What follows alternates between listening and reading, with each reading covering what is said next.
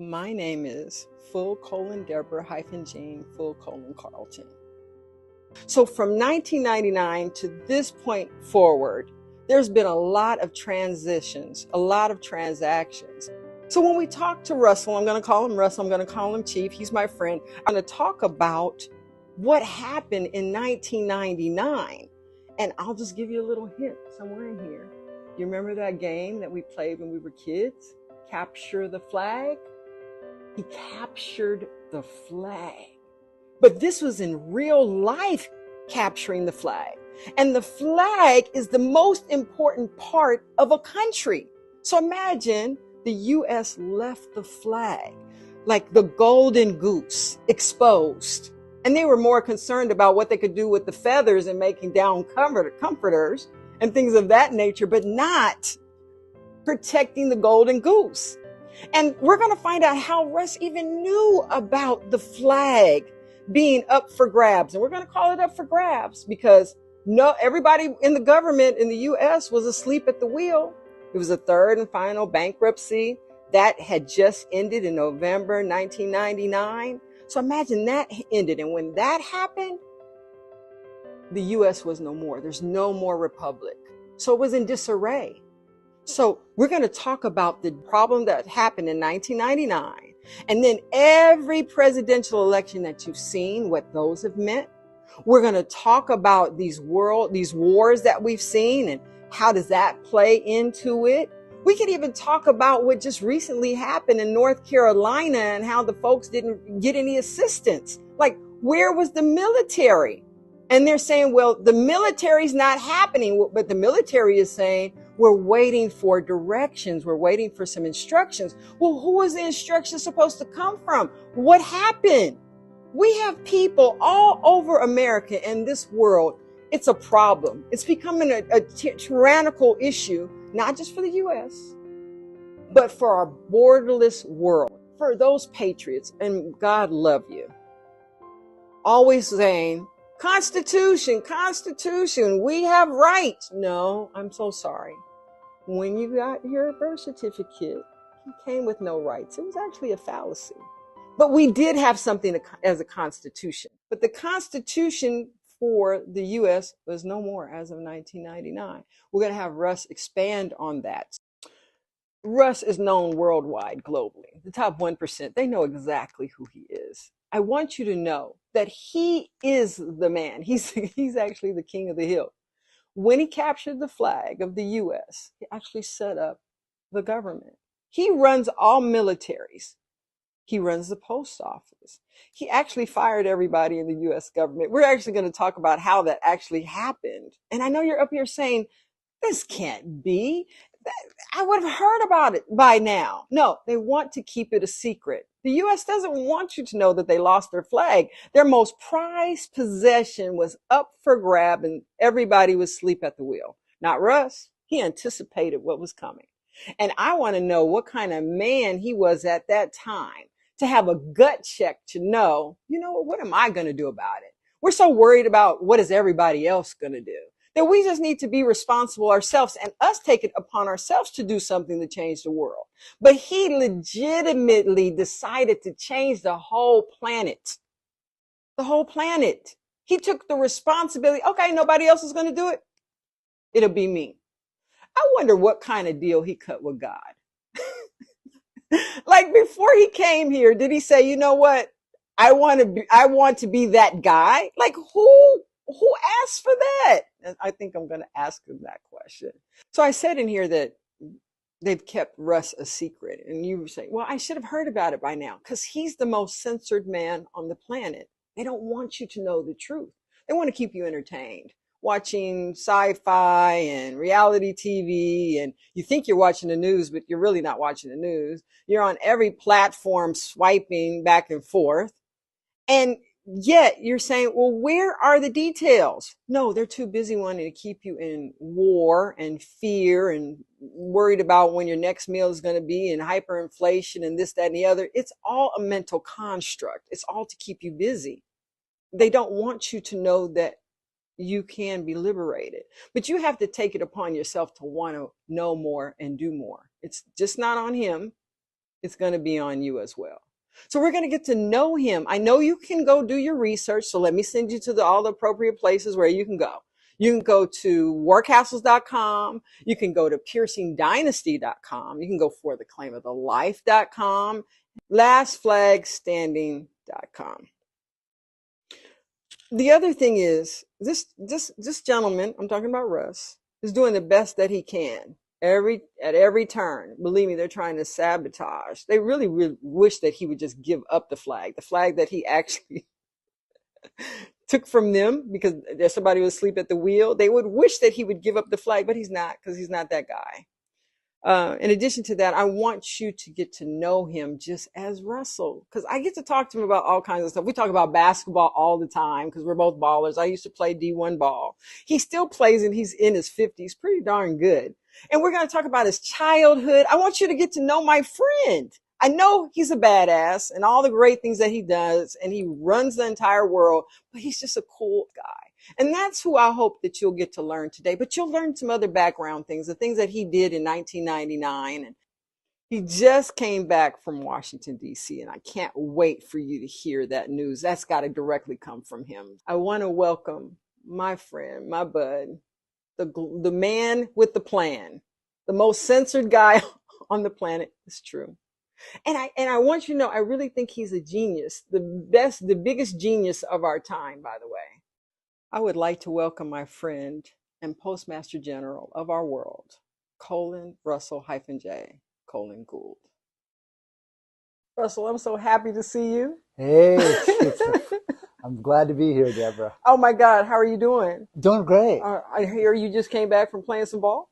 A little bit of ball. A little bit. I'm working on cardio right now. Okay, we're going to talk more about basketball a little bit later. There we go. There we go. Were you doing that full court press out there? Were you doing the run in? I'm working towards that. Okay, good. We're going to have some fun. Right on. We're going to talk about your childhood if you're cool with that. Okay. I've got some little birdies that, some of the stuff you and I talked about, there'll be little surprises. Oh my. Some are other little conversations that I had on the side. Okay. So if these come as a surprise, just flow with it. Okay. We're going to have some fun. I'm chill. Guess what we're going to start out with? What are we starting? The Hells Angels. Oh my gosh. No, hold on. I got to give them a little bit of background. Yeah. For those of you that don't know, the Hells Angels is a motorcycle club.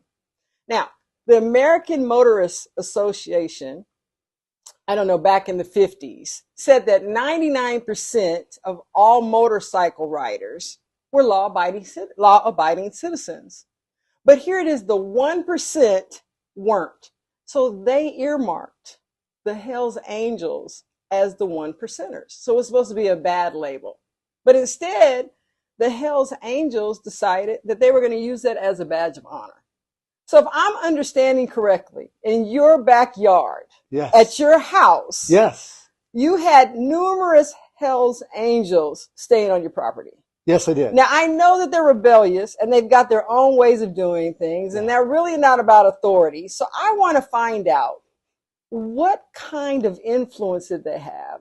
So they came about to be in my backyard. My father was a gentleman that used to pick up hitchhikers all up and down the old I-99 freeway outside of SeaTac, Seattle-Tacoma International Airport. And we lived at the end of the runways. And in doing so, he was preaching to them his faith. Yeah, because he's a preacher, right? He was a preacher at the time. Yeah. Yes. And he would bring people to the house because they didn't have homes. Wow. And so it was pretty cool. And I was big into motorcycles back then. I love them. Yeah, and they had big choppers. I know they did. Back then they had the big handlebars. They're called hogs and stuff, right? And I tell you what, just hear them coming, because you could hear them from coming down from the highway. You mean like a mile away? You could hear them from a long ways coming up to the house. Yes. There was one in particular guy that I really liked. Who is he? His name was Johnny Ambro. Okay, what's that? And then he just was he had a lot of women in and out of there. He was a kind of a comedian. At your house? At my house, yeah. Wow. Yeah. But he took the time to teach me about motorcycles and how to clean them up and fix them and make sure the spark plugs aren't fouling and that sort of thing. So that was pretty interesting, just to learn about the mechanical applications of how engines work. Got it. And so that was pretty cool. And I learned a lot about. They used to talk a lot about loyalty. That's an important subject. I don't think we talk about that enough these days. So tell me what you learned about loyalty. Well, loyalty is unconditional. Yes. And so I learned about, never heard those terms before. So you learned loyalty from the Hells Angels. Well, I just learned about their perspective of it. I like it. Go ahead. Yeah, their perspective of it. And their perspective of it was, they were about their brotherhood, and they were about the things that they were doing. Some of the things they were proud of and some of the things they weren't so proud of. Learned about tough love, a lot of tough love moments. So was that one of the lessons that you learned, was about how to deal with tough love? How to deal with tough love, how to put a line in the sand, so to speak, and stick up for yourself. Learn about forgiveness, learn about, learning how to forgive. Okay, so we've got a couple of lessons here. Yeah. Forgiveness, how to not basically take any crap. Yeah. And loyalty. Yeah, I got to see a different side of the world. Back then, it was a much freer society. They'd, roll in with their kegs of beer. And it was a party. So your father was instrumental because he was a preacher. Yes. But also he had an antenna business, right? He did. He was known as the Antenna Man. Really? That was his nickname? Yeah, that was his business name. Really? So did he have was your backyard full of antennas? No, back then.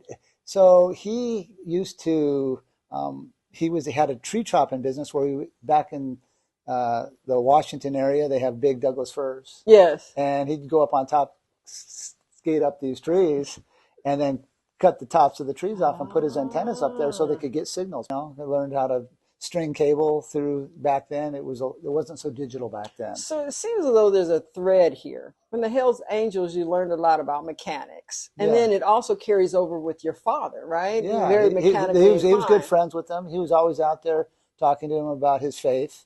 And, just trying to lead them to a better life, teaching them about accountability. Some of the people that we had specifically were homeless. And so my dad always taught me that it's good to shelter the homeless. It used to rain a lot in Seattle. And so, I lived in Seattle, by the way. Yeah. Well, then a constant mist, right? Constant mist. Can't get over 68 degrees. Like, what's going on? You know it. Anyway, my dad made a point, even he'd go work and he'd come back at the end of the day, and he'd always bring an extra tarp or something because they were living in tents in the backyard. It's not like they were living, they had bonfires going and tents. And we had a big woods behind the house we're at the end of what they call Saltwater State Park, which was they had a little stream in the bottom and little fish, salmon running up it certain times of year. It was pretty cool spot. I love that. Okay, so the other person that was very instrumental, who also seems to have given you an additional background in mechanics, is your grandfather. Like, he had a junkyard, right? Yeah, he had a junkyard. He was out in Salida, Colorado. So you would go in the summers to hang out with your grandfather? Yeah, I would, yeah. Just learn how, take some of the things that he would teach me about, get up in the morning. You always had to get up in the morning, right? Make your lunch, right? And go out in the field and just work and just really do quality work so you wouldn't have to repeat it. So you want to do good work so you don't have to repeat any wrongs that you may make out there. I was very blessed just to learn how to tear things apart, the value of putting things back together, because you had to mechanically put things back together so they worked. Well, we're going to talk about how you did that for America, too. Oh, yeah. Because when you see things that are broken, you want to fix them. I walk through the door. And you're going to I know you do. But they don't know it. But we're going to let them in on it. Times are changing. Yeah, people need full closure. You're giving them that. And upon full closure, they can make choices for themselves, because I built a system that I don't have to actually police. It polices itself, because it puts the accountability and the strength back into the people. And so it's a whole different style of governing yourself in neutrality, to not be swayed into these different belief systems or these war concepts, but to give people the autonomy of self-governance. In my intro, I was telling the public about 1999. So I want you to know there's going to be a point in which we're going to talk heavily about it. And then I want to also hear about your trip to Washington, D.C. So I'm not going to let you get out of that. You're going to have to share, okay? Yeah. Funny stuff. So your grandmother was a science teacher. Now, you are not a science buff. You're a science genius. You are. You know it. Let's just say it. Okay. So you got the mechanical nature from dealing with the Hells Angels, your father and your grandfather. Yeah. Now, your grandmother has a heavy science background, and she wanted you to learn how to be an independent person. But did your love of science, because you're heavily involved, you have your own periodic table. Yeah. Monatomic table. Yes. Like you rewrote these things. And most of you, I know you're saying, what the heck is that? We'll get into that a little bit later. But the bottom line is you're heavy into science. Yes. You have a lot of technologies. And I know a lot of them have been stolen too, but that's all right. It's going to come back around, right? Yeah. They call some of the stuff they would call disruptive technology. Exactly. It undermines the insurance. It undermines the concept of going to a doctor. So we put cures on the table instead of the insurance gambit, the Medicare, and all this nonsense that they've been bombarding with their belief system. Oh, right? Yes. And it actually puts cures back on the table for society where we actually get peptides and we actually get to produce ATP and all the different things. Would I have to take an NAD flush shot? Yeah. I know how your girl knows. There's a lot of people out there that are geniuses in the concepts of curing our fellow mankind. But there's so much red tape in front of them. What I've done is I've lifted the veil, so to speak, off of the red tape so that the creators out here that are geniuses that want to help mankind won't be censored either. Won't be censored. Or come up missing. Yeah. Well, they're writing in fiction. And they've set up what means that they're using adverbs, creating their nouns into verbs, adjectives, and pronouns. Okay, so you bring up basically grammar in English, right? Yes. So you were at school, in summer school. Yes. And you started questioning the way English and grammar was being taught, right? Yes, I did, at a very young age. So, Russell, how old were you questioning these teachers? First grade. Okay, so Russ, are you telling me you went to your teachers and you said, this doesn't make sense to me? How did that come? How did you even start a conversation off? Is it raising your hand in class? Yes. So you're raising your hand. I was in the front row.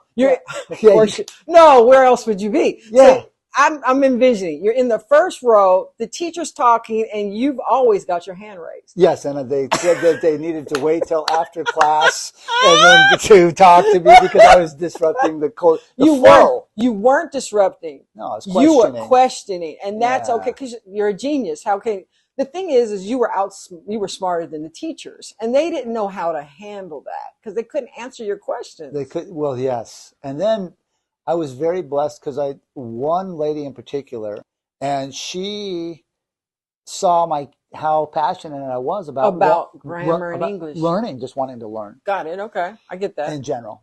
And we made special arrangements with the school. I was going to a private school, and we made special arrangements with her to go to a summer class at her house. So she was going to teach you. She had to figure out a way for you not to. You were being censored in school. Let's think about that. The censoring didn't happen when you got older. No. It was just a continuation of what was happening when you were a kid because they were trying to shut you down at that time. Oh yeah. Oh yeah. And you got in trouble for this. Oh, all the way through college. Yeah, for sure. And you know what? That's a travesty. As your friend, I'm sorry that happened. Hey, it's but it didn't feel good. You know, like you're saying, hey guys, I'm just trying to ask a question and I'm just asking for an answer. So instead of saying, Russell, I don't know, they'd rather label you somehow. Well, they would just, pacify me, so to speak. Okay. So what did that look like? Give me an idea. Lot of different things. Okay. A lot of different things. From anywhere from wait till after class to talk. And then when I was a junior in high school, I threatened to run for student body president. Oh, God, they did not want that. They didn't want but that. You know what? That president stuff came up later. Well, they told me. Self-fulfilling prophecy. In high school, they just said, hey, because I was a shoo-in. Right, I was going to win. Of course you were. People liked me. Yeah. And so I was going to change all the rules to the school. I had different concepts because then I could hold school assemblies. I could hold them accountable. I could change. I could talk to the crowds. Yes. And explain to them how we can make our lives a lot more fun. I love that. Right? Because life is about having fun. It is. And you have to have passion for life. We talked about that earlier. When we said like happiness that's what I want. Happiness. I want to enjoy it. Now I want the full story. Where did the snowball fight come in? What happened with the snowball and the teacher? Well, I want to hear it. I was a pretty good aim. I'm sure you were. And so I could hit everybody. I was trying to hit everybody in the head, of course. Okay. I was doing headshots. And I was winning the snowball fights. So a teacher instructed me to put my head down. And so I sat in this foyer of the school and I put my head down, and they literally forgot about me. No. But my dad was coming to pick me up, but he was a couple hours late. So I remember thinking to myself, this ain't right. My dad showed up and he's like, where's Russ? And they went to class to get me. I wasn't in class. I was out still in the foyer with my head down. My dad comes over, what are you doing? My dad saw me, what are you doing? How long were you out there with your head down? A couple hours, easy a couple hours. I was hot, sweaty. I had my snow coat on, right? Yeah. And I was pretty literal. I didn't take my coat off. I kept my head down. And so my dad said, who did this to you? I said, well, it was the PE teacher. And he says, well, let's go talk to him. And you did? And I did. I went and looked him in the eye and got him real close. And I crack him. That was actually the last day I was at that school. Did your dad take you out? My dad took me out and he said, you're not happy here. And where'd you go? I went to another private school down the road. You played basketball. You're like you're talking about snowballs, but I know you've played numerous sports. Yes. Is it true that you made the varsity squad at 10? There was not enough kids in the school to fill the positions. Okay.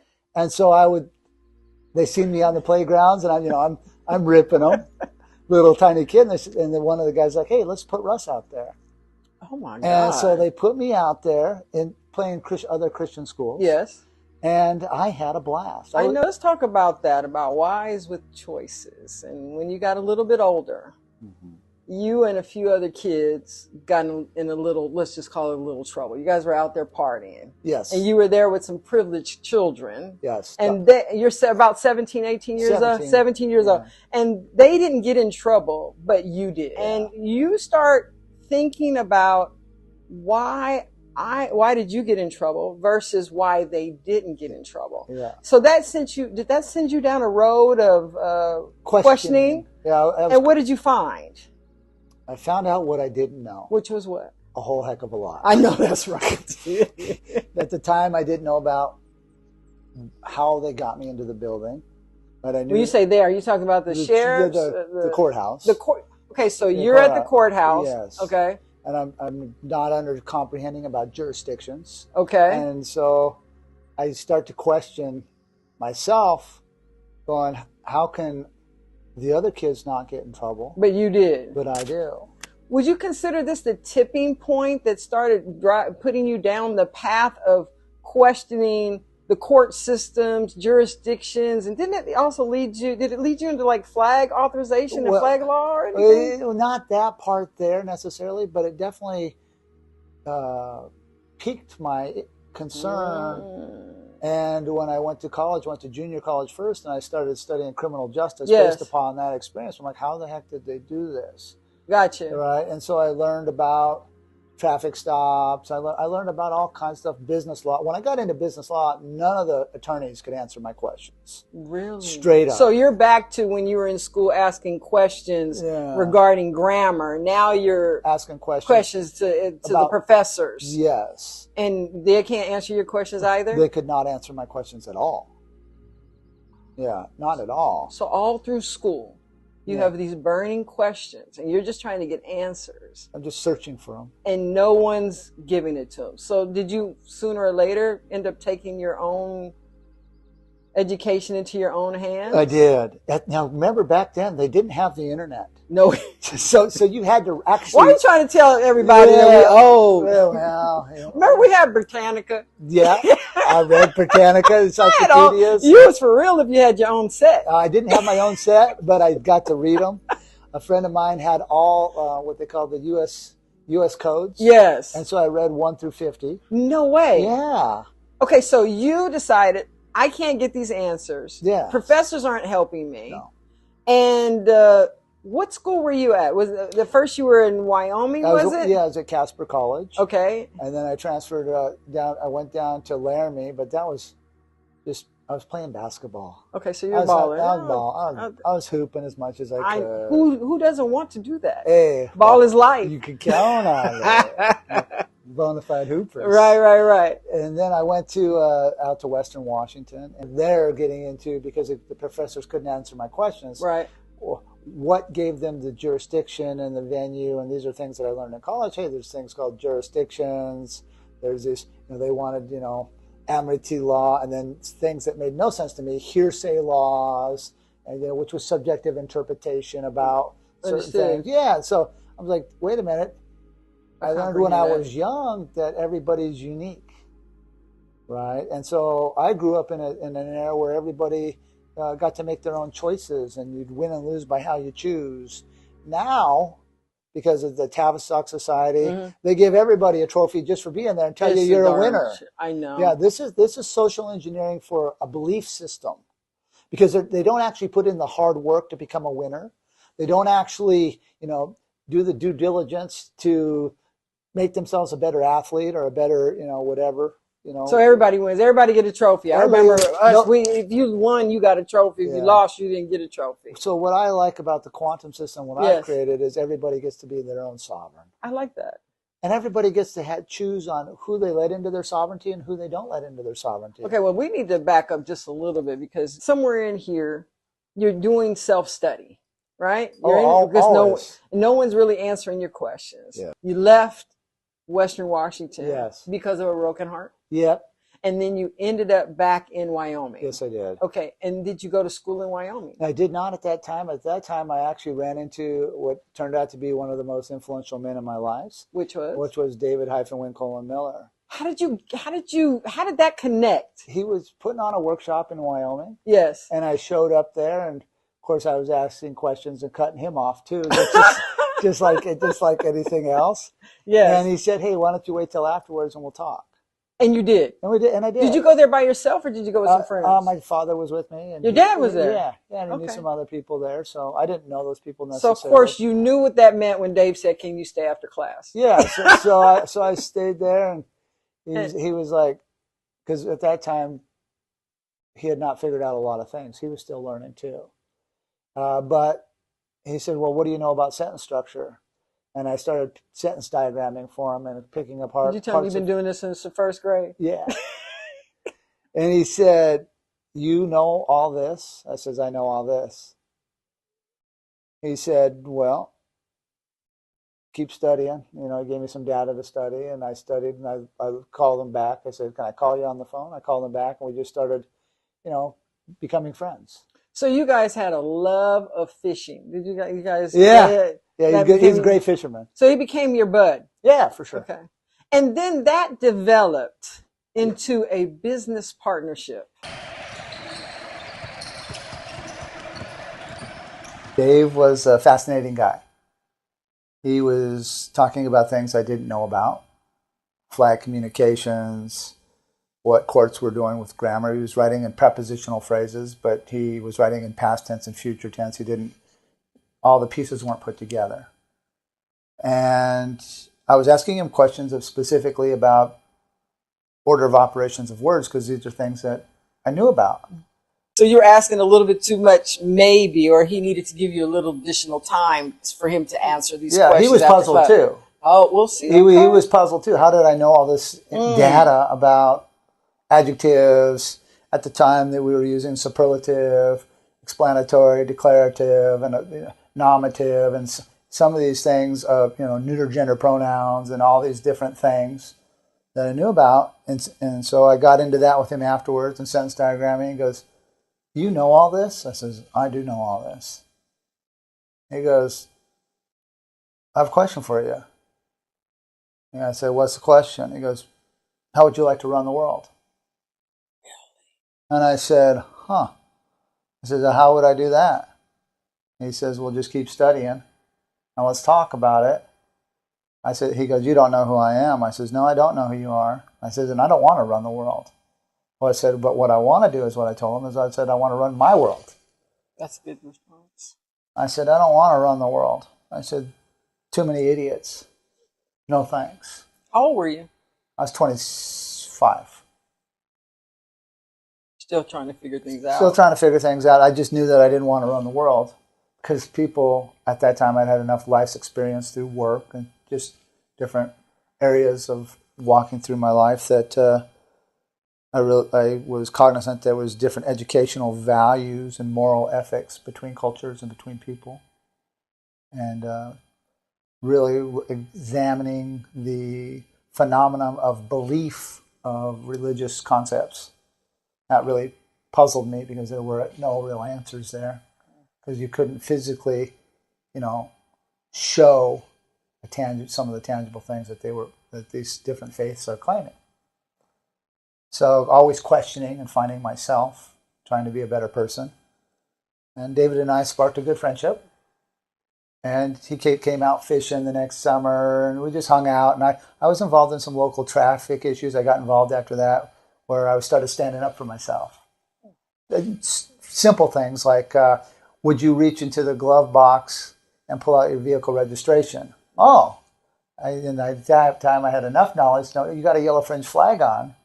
Who are you? Before I move, I know who I am. I'm secure in who I am. I'm secure in my paperwork here. I knew I had all the data that they were asking for. And, of course, it got me into the county sheriff was like, well, the judge sure want to hear about this. I says, the judge? What do you... And I knew enough to figure out what I didn't know at a later date. Locked myself up many times between 1995 to 99. Yeah, just involved in many court cases, figuring out the scenarios. Had the judges must have liked me or something, because they started coming off the bench for me and taking off their robes and doing different things. And I was doing things. I don't want to get into the details because it's a lot of things dealing with venue and figuring out that the clerks were in fact in charge, moving the bills of the ladings and postmasters, the things that people that are studying the quantum grammar take for granted now, when they say, oh, you become a postmaster. Well, back then, David and I didn't even know what that was, right? So all the things that most people take for granted in the venue that they give out at the workshops and people steal online, they don't know how hard fought. They have no clue on how hard that was fought for, just to figure those things out. Let me ask you mentioned court and Dave. Yeah. Do you mind sharing what that looked like? Because it seemed like that was a training ground for both you and Dave. And could you kind of tell me some of the things that you encountered or you discovered, or, what actually you learned in the process of things, or, The judge's mechanical application, called a gavel, only makes a clang. Clang, clang, clang, clang, clang. But the clerk, when she puts her mark on things, it makes a chink, and it leaves a forensics of dates, right, or a file stamp. Why is that important? Well, because when you look at administrative mechanics, without the file stamp, there's no process in the court. And if there's no process, there's nothing being done. Just to get a file stamp, we had to learn all that. Yes. Right? Figuring out that the judge is an actor and is part of some kind of racket. You can't, at the time we didn't know about it being a shipping containment. We didn't know these things. So you're saying that the legal system, from your point of view, was a racket? Like this was if the judge an organized situation? If we got to talk to the judge and his gavel only makes a clang and his marks don't mean anything, why are we talking to the judge? Why aren't we talking to the clerk? Because when she puts something down, something has to get done. Wow. So we're educating the courts, we're educating the judges, and they were working with us. So the judges now, because of the ruling made out of the federal venues, the judges now across the United States were made shipping commissioners. And as a shipping commissioner, now they could tell the clerk what they wanted filed and when they wanted it filed. But before I got involved, the judges couldn't do that. It was only solely on the clerks. And so the clerks didn't have the necessary knowledge to deal with a guy like me, because I was just simply trying to figure out why I had to come to court to talk to someone. I'm receiving summonses with no process on it, and their own guidelines we're talking about without process. It's not legal contracts. Okay, so let me make sure I'm getting the picture here. You and Dave are learning on the fly about what's happening in the courtroom. Yes. And while you're learning on the fly, the judges are also learning on the fly too, that now that their job is being amended to now that they're shipping, and the court's learning stuff too. Yeah, yes? Absolutely. And now you've gotten faced with the flag. And now you recognize the flag. And now the birth certificate, they're running a game on the people. And the people don't know that there's game being ran on them, right? Through the birth certificate. Once you comprehend the levels of flags on planes, you would have to know a little bit about mathematics. I'm just going to say one phrase and people can go do their own search. Pythagorean theories, vectors in 3-space, vectors in 4-space. Once you figure that out, then you can figure out where you're at in time and space, right? And you have XYZ components of Karstens's coordinates. There's a lot. Yes, I see. Okay, so being skilled in those fields, these were conversations that I had in the middle of the courtroom to prove my points. That's why you can't fake me in the courtroom. So there's a lot of people acting like me out there and thinking that you're going to go in and do this and do that. Courts are already trained. They already know what math looks like. They know what communication looks like, and they know who sets their terms and who is a slave to their terms. Slaves. Okay, let's talk about how does one become a slave? One becomes a slave through, most of the time, lack of knowledge based upon the birth certificate system. Now, in the United States, the birth certificate system, because it was tied up in bankruptcies, ended in 1999. So that now the birth certificate slaves, their birth certificates are no longer valid. So when they come up against someone that has a claim in the life always beats the fiction or the darkness, because the darkness isn't there, doesn't have authorization to open its mouth, or otherwise known as state of claim. So you have slaves that have good volition, probably doing good things out here. There's a lot of good people that are slaves. They just don't know they've been tricked into this participation with a birth certificate in the courts that doesn't have authorization to ship the birth certificate or them as a legal fiction, what they would call a straw man, into the venues. Okay, because courts are closed. So in the court, yes, the judge has jurisdiction because the person has a birth certificate. Yeah, because the people are tricked into not knowing, unfortunately.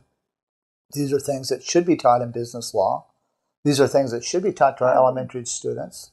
And then the guys of the British Accreditation Agency, otherwise known as the bar, participating in timelines to trick people on contract.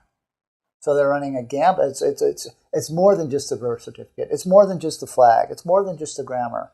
It's a quanta, which is a pluralism of all these things coming in this war that's been waged against us.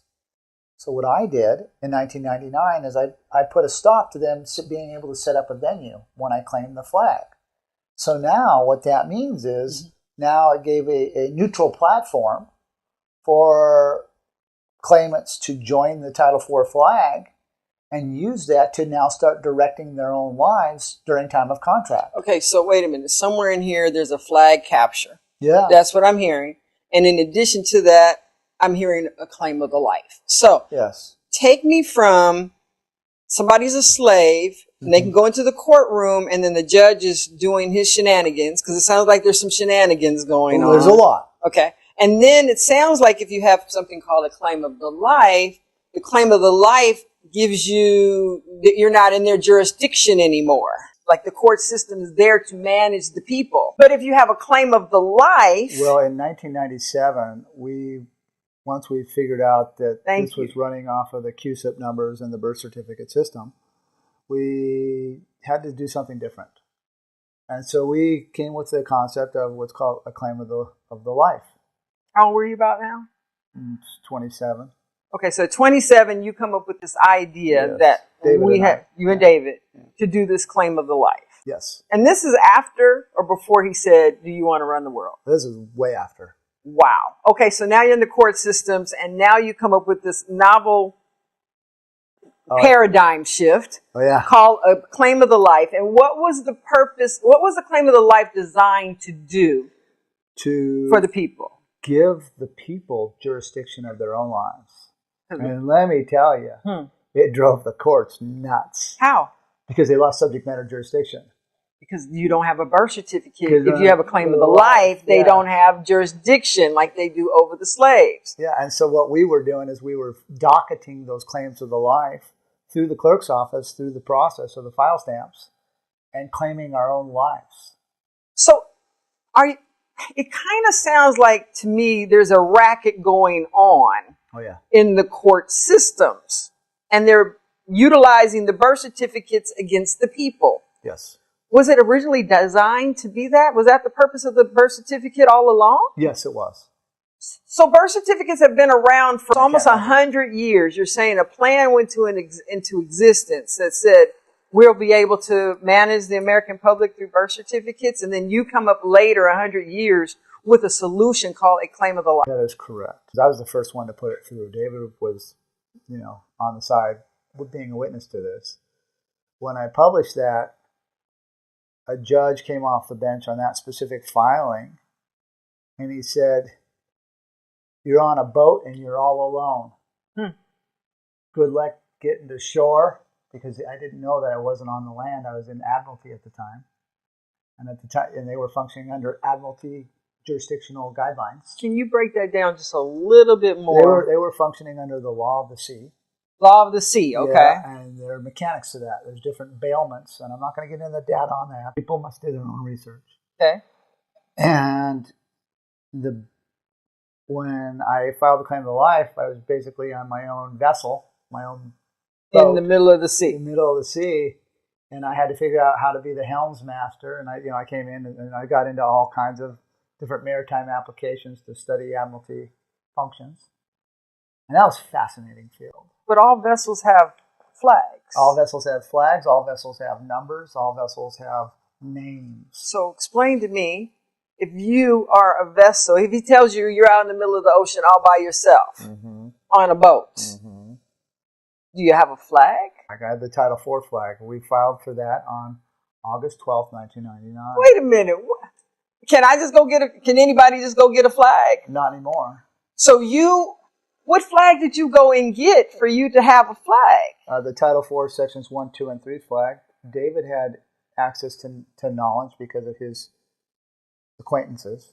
Okay. And they gave him the necessary data to give us the necessary answers, so to speak, to know that the United States government was coming out of international bankruptcy in 1999, stemming from Benjamin Franklin and borrowing money in 1775. So you find out that the U.S. government has a flag that's up for grabs? No, I just knew that they were coming out of bankruptcy. And when you come out of bankruptcy, the first thing that you're going to have to do is set up a new venue. And you need a flag to set the venue. The second thing that should have been done, that wasn't done in 1999, is the federal government should have alerted the 50 states, and they should have had a constitutional convention to reauthorize state constitutions to set up a new government for the federal government paradigm. So can you take me back just a little bit? I'm back to just the flag. Yes. You find out that the flag is basically unprotected. It was going to be left for salvage. Derelict. A derelict flag. Yes. The thing that's the most important to a country. Yes. Was being mismanaged. In other words, when I met with the Pentagon on this, the Pentagon didn't even know themselves. They said, we didn't even know this ourselves. Because if they had known it themselves, they would have claimed it. So how long has the flag been around? Since the beginning of the 13 colonies. So you're saying the most important thing to run the country, it's not just a symbol, it's the thing that sets the venue. Correct. Sets the jurisdiction. Yes. It's like the goose with the golden egg, like you never let it out of your sight. No. And no one paid attention but you. That's correct. And that's what the Secretary of the Navy's office said, is like, holy cow, we didn't even know. And you're like 27 at this time? 28, yeah. So forget about how you did it. You knew that it was coming. Yes. And so we had a game when we were younger called Capture the Flag. Yeah. So you literally played this game, but you played it in real life. I played it in a global level because I had to do that on an internet, what they would call an international level. And so I followed certain protocols of setting up venues. It took me into a lot of mechanical applications of diplomacy. That's why when I tell the stories, I met with 86 ambassadors at the United Nations, that actually happened, right? So this is a knowing, sitting in meetings, having these conversations about flag etiquette. What I figured out later on, and I don't want to skip ahead off 1999, but what I found later on was that there was an international, for better lack of words, maritime organization that had protocols to register flags. And I ended up syntaxing and finding those organizations to be 100% fraud under fictitious grammar in violation of Title 18, 1001, using false names and fictitious grammar to set up corporations. And I sued those international corporations. I rewrote quantum grammar, now space paradigms for corporate structures to register flags for other countries. And I became the clearinghouse for registering flags on planet Earth. So now you've captured the U.S. flag, and then you do flags for the entire planet. Correct. But I do want to clarify something. Please. In 2007, I filed copyrights in quantum grammar on what they would call the customs flag, otherwise known as the peace flag, which is a group, which is an adjective pronoun called the American State Nationals, use my flag, but they don't have authorization to use it because so they're trying to just steal your flag. Oh, thieves! These are beginners, right? They've come and learned about this apparatus whenever the pandemic was, the COVID. And now all of a sudden you've got all these people propping up all over the place. But the state nationals don't know anything about grammar. No, the grammar is completely 100% fraud, so they can't actually state a claim. And yet they want to use the symbol of my flag as the symbol to recognize their country, stemming off of the War of 1812. And so there's mechanics. I don't want to get into all that. Okay, so let's dial it back to you have the flag. You captured the flag. Yeah. And you're 27 years old. Yeah. You've put something in place called the claim of the life. You're out in the middle of the ocean by yourself per the judge, right? And you have a flag on your vessel. Correct. But you mentioned also you didn't know that you were just on the sea. Yes. You weren't on the land yet. So obviously that comes a little later. Yeah. So the conversations that you and Dave were having were mostly centered around grammar, because it seemed like you guys had this love for grammar. Yeah, we were studying prefixes and suffixes and old dictionaries, and we collected a lot of old dictionaries and just really put our minds together to come up with a positive performance on contract words. You guys are actually in the court systems doing some fishing too, it sounds like. Oh, yeah. Okay, so while you're in court, this is like a training ground for you. Yes. You and Dave learned quite a bit. Yes. So this is on-the-job training. This is OJT. Oh, yeah. How did you get from, I got a birth certificate, that's not working, and now I got to create a new paradigm for myself that no one else has done? At the time, we did not have the now space. Now space. Yeah, we didn't know about the now space. We just came up for the claim of the life. We wanted to take jurisdiction of our own lives. So the now space sounds like we're in school. Yeah. I don't know about you, but anytime I was in school, no one ever taught me about now space. The only thing that I knew was present tense. Present tense would be now space. Well, no, because in a sense, pre means no. It does. So now you have no sent. So you're not in any tense. And so they created these negative concepts of prefixes and suffixes to words to deliberately move mankind out of the now space. So it sounds like a very, very coordinated effort that's been around for 100 years. Yes. It's being run through the court systems, and the court systems are not running on now space. That's correct. They're running on what? Past and future. Why is that relevant that the court is running on past and future? The past is gone. Because you're never there. You're never there. And the future is ahead and you never meet it. Correct. So there was really nothing in between when you're in the court system. Welcome to the world of fiction. It's the future and the past. And the past from there to there. Yeah, that's the fiction. That's the fiction. You can only be in the now space. And so when you claim your words in the now space and define your own words, you can control your own paradigms. And so what I've done is set up a global function for not only the private beings, but also corporate structures to now control their own paradigms, bypassing the subjective interpretations of the court systems the governments, and the corporations on a global level. So people who just have a birth certificate don't have access to the now space. That is correct. So you can only get the now space access if you have a claim of the life. Correct. Do these judges have birth certificates or a claim of the lives? No, they do not. They don't have claim of the lives. So how can a fiction look at a fact? Oh, see, now we're getting somewhere. Yeah. So you have fiction dealing with fiction. Correct. Fiction, the goal of fiction is to kill fiction. And so that's the depopulation agenda. Fact and fiction can never meet. Facts will always be. Okay, so you've got a fiction judge. Yes. Dealing with fiction people. Correct. Because they're fiction people because they have a birth certificate. And when you create fiction, you can create subjective interpretations and translations and force the people into anything they want. The courts. So in the court system, they have their own verbiage called doublespeak. It sounds like it's doublespeak, triple speak, quadruple speak. It means whatever they want it to mean. Yes, because there's no definition of because it's all fiction. It's all fiction. So it's fiction language controlling fiction people. Correct. Welcome to the planet. That's the entire planet. It's just not the U.S. It's everywhere. Well, it's everywhere. It's the slave colony. So the planet Earth is a slave colony. To the birth certificate. But if you have a claim of the life, you only have you have access to the now space. Well, you have access, and in the now space, it deals with neutrality. So when you're in a neutral position, you're not swayed by the subject matter opinion of hatred, the concept of a war, because you're in neutral, and in neutral, you're at peace with yourself, because you have to do self-work right there. You have to look at yourself and fix with the problems from within you, because you're a sovereign to yourself, which means you have to manage yourself. So how does your languaging, I'm calling it languaging. Yes. How does your languaging change? Because over here in fiction, they're using fiction language, fiction grammar. Yes. Once you have a claim of the life, right, and now you have access to the now space, because that's where you're living. You're a fact. You're a fact. What are you?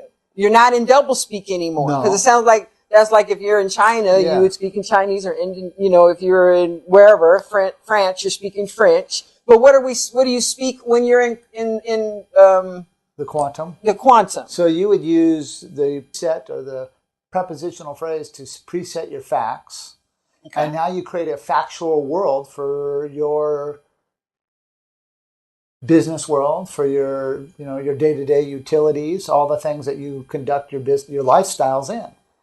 And so you have to change the paradigm of how you approach, like setting up an LLC, how you set up a corporation, how you set up a trust. How are you conducting your world?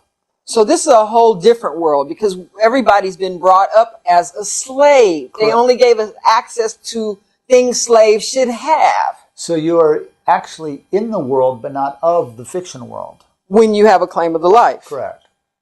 And now you have access to grammar. Once you get a claim of the life, you get put into study groups, and you start crossing and comparing notes with people around the world. This is not a race-based system. This is a system based on mankind, and I don't say human, because human means monster. So I'm not dealing with monsters. Okay. I'm dealing with mankind, who have consciousness, their consciousness cargo that gets stuck in the flesh body here in this paradigm, and it has to engage in earth space banking, or earth space corporate movement for their bodies, transportation, utilities, all the things that people have to conduct their lives here on planet Earth. So it sounds like you have to learn to manage yourself in both areas. The fact controls the fiction, because when you get to the land of contract, during the time of contract, only facts have jurisdiction. Because the fiction can't make a claim because they have no facts on the paperwork, therefore there's nothing there to make a claim against you. Because it's all entertainment, basically. You are in the world of the television, and you are in the world of the AI situations, of the false beliefs, and that's why they have done a good job engineering society. We talk about our competitiveness in basketball, right, to take the craft and the skillship away and give everybody a trophy saying you're a winner. You may have participated, you get a participation trophy. Okay. But you're not the winner. So The winner puts in hard work. You understand the information that you're sharing here. Most people have never heard a day in their lives. You know, they go to school, they think everything's right, everything that they've learned, and now you're talking to them from a point of view of, hey, there's been a game afoot for over 100 years. It's always about finding yourself in your space. You have to know yourself.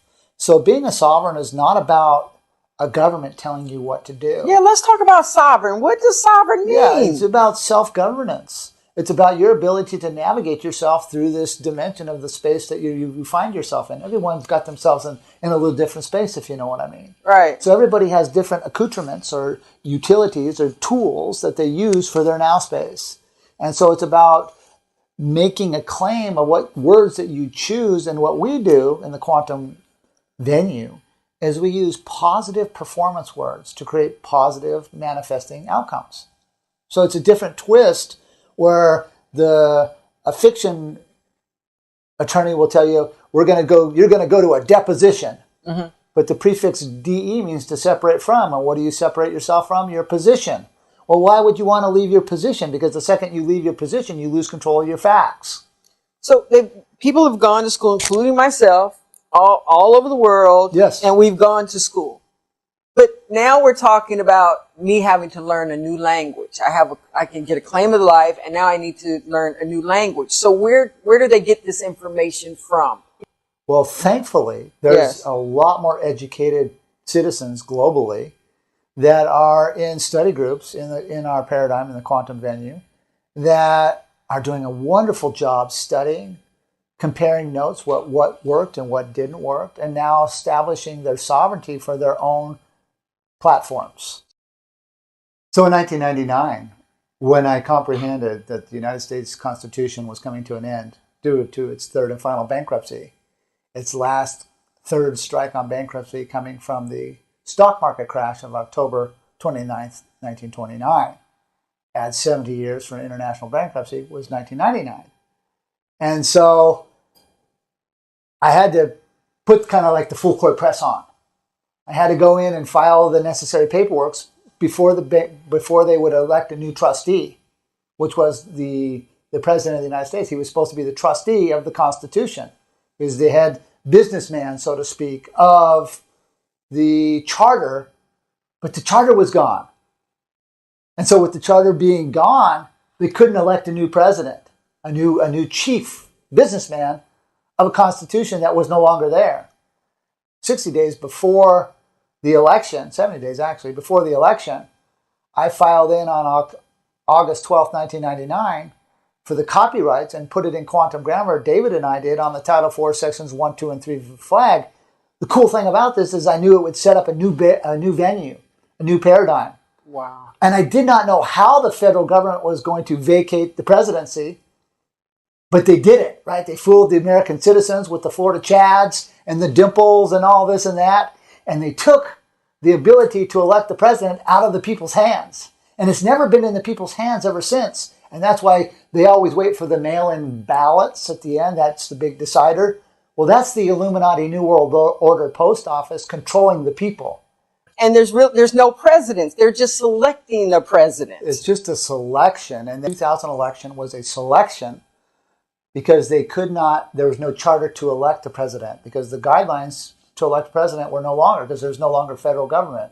Therefore, they had to go get through a writ of certiorari, which is a pronoun, adverb, verb, had to file the selection to elect a fake president, which was George Walker Bush. This is due to the Florida Chad incident that happened in 2000. Correct. Oh, so in 1999. Correct. You have the flag. They set the venue. The Constitution for the federal government is gone. Correct. The Constitution for the states will be gone shortly thereafter. Correct. And somewhere in here now, a president, quote unquote, normally would be elected, but there's no election anymore because the republic is no more. Correct. So now it's just a selection. Yes. It's a ruse. It's a continuation of the ruse on the people. Yes. Hey, but the world calls them the president, but what are they? If they're not the president, what are they then? They're really good actors. Oh my God. And they sway the emotions of people.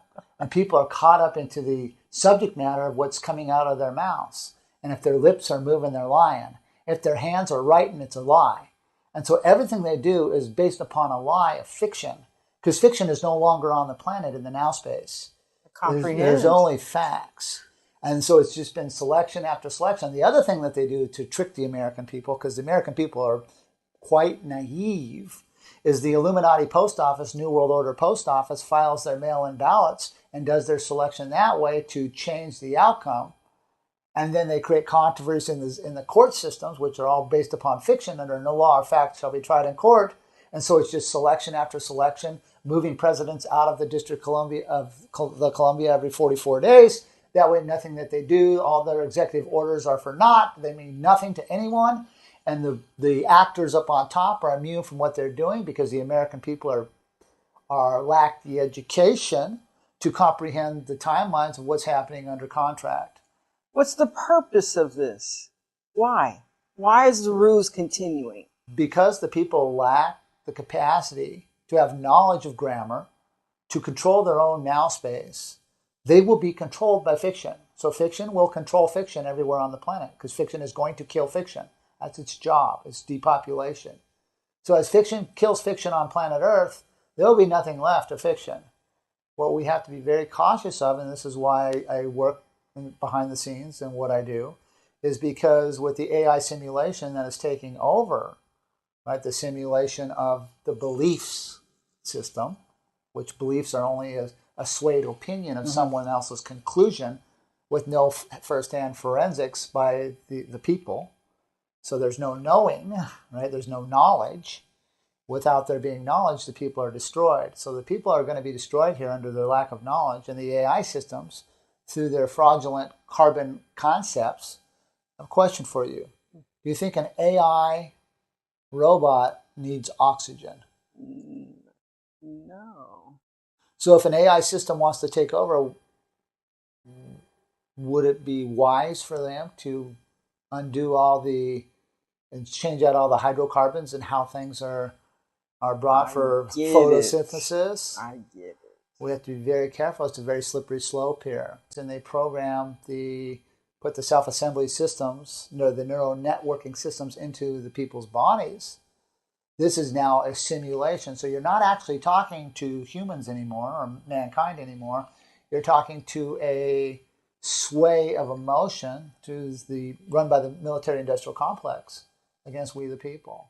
There is so much to this. There is. I mean, the layers, it's layers upon layers. I think the part that is so important and crucial is for the American public to know that there's no more presidents. No, this is just there's just a selection. They're actors. Yes, they are.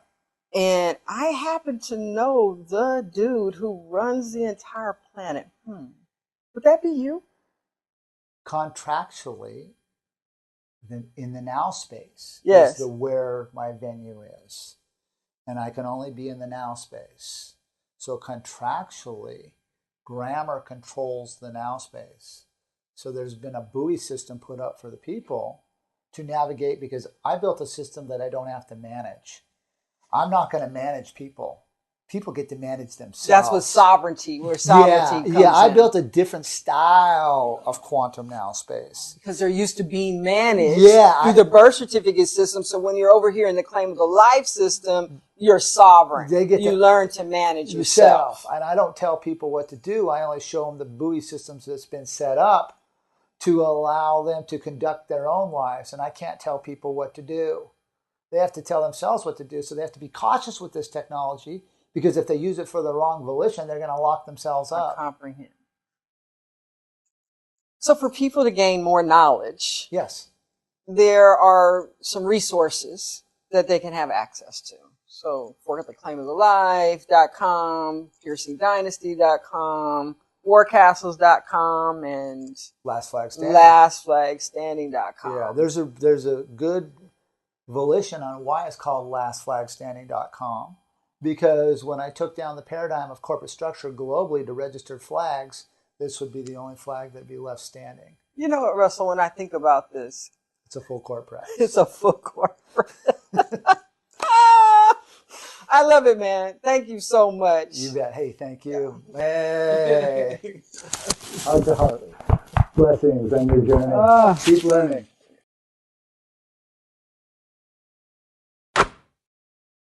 Former American citizens and citizens of the world. October 7th of 2024, I filed at the U.S. Supreme Court a contract for the selection authorization of a federal postal government for a leader, a candidate to lead the people.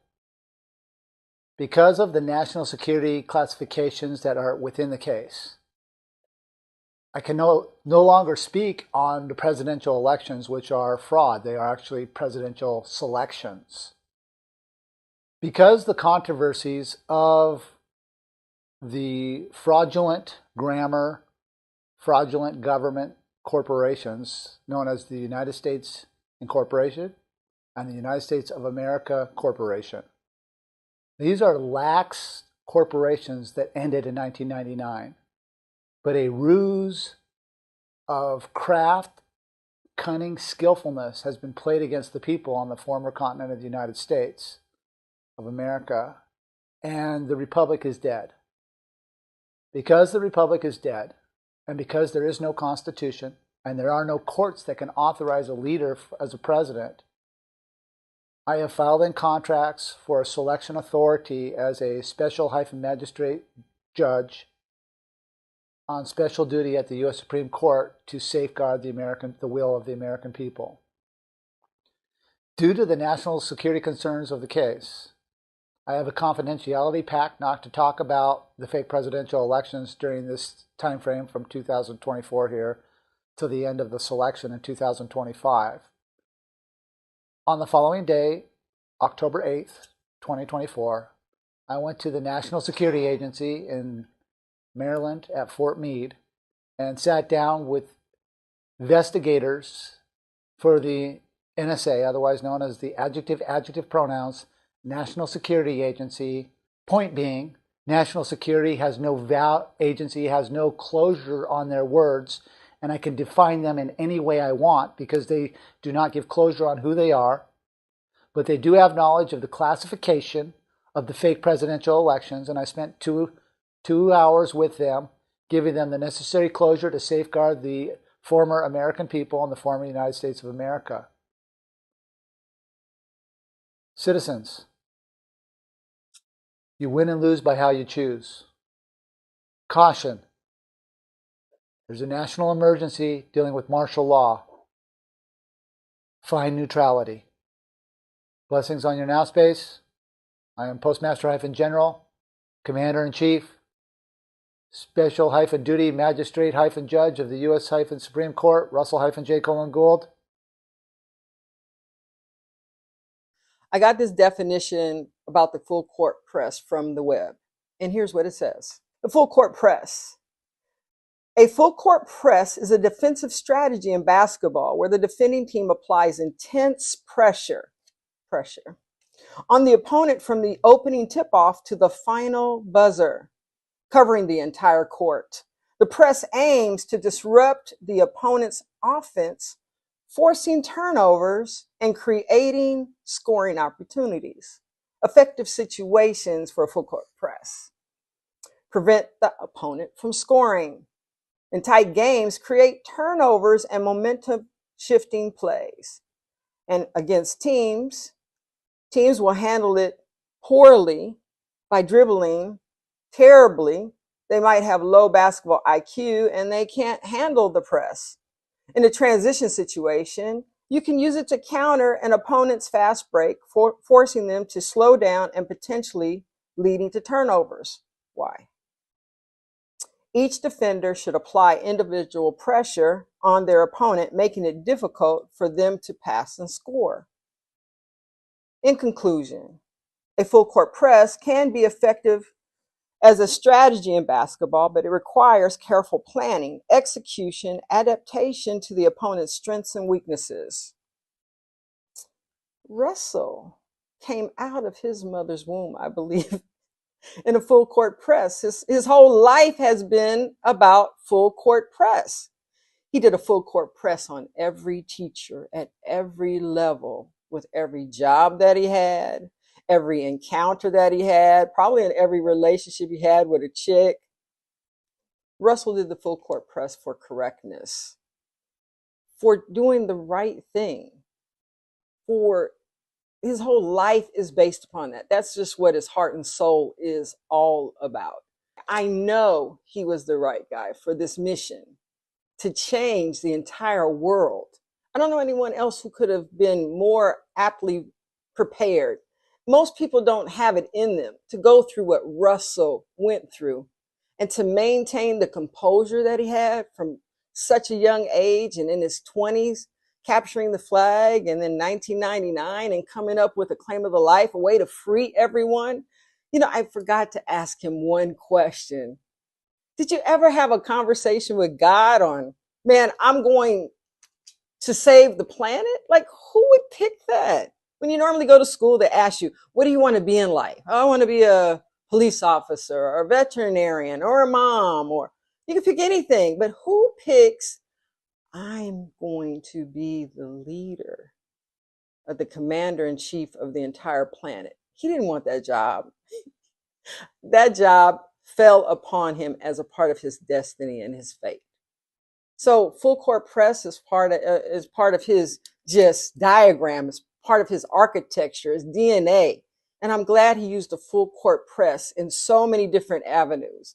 And by the way, if you didn't know, he's still playing basketball and he's in his 50s. That's his game of choice. And the full court press, just so you know, if you're a baller, it is a way of life. I knew it. The artist formerly known as Prince was right. The parties are over.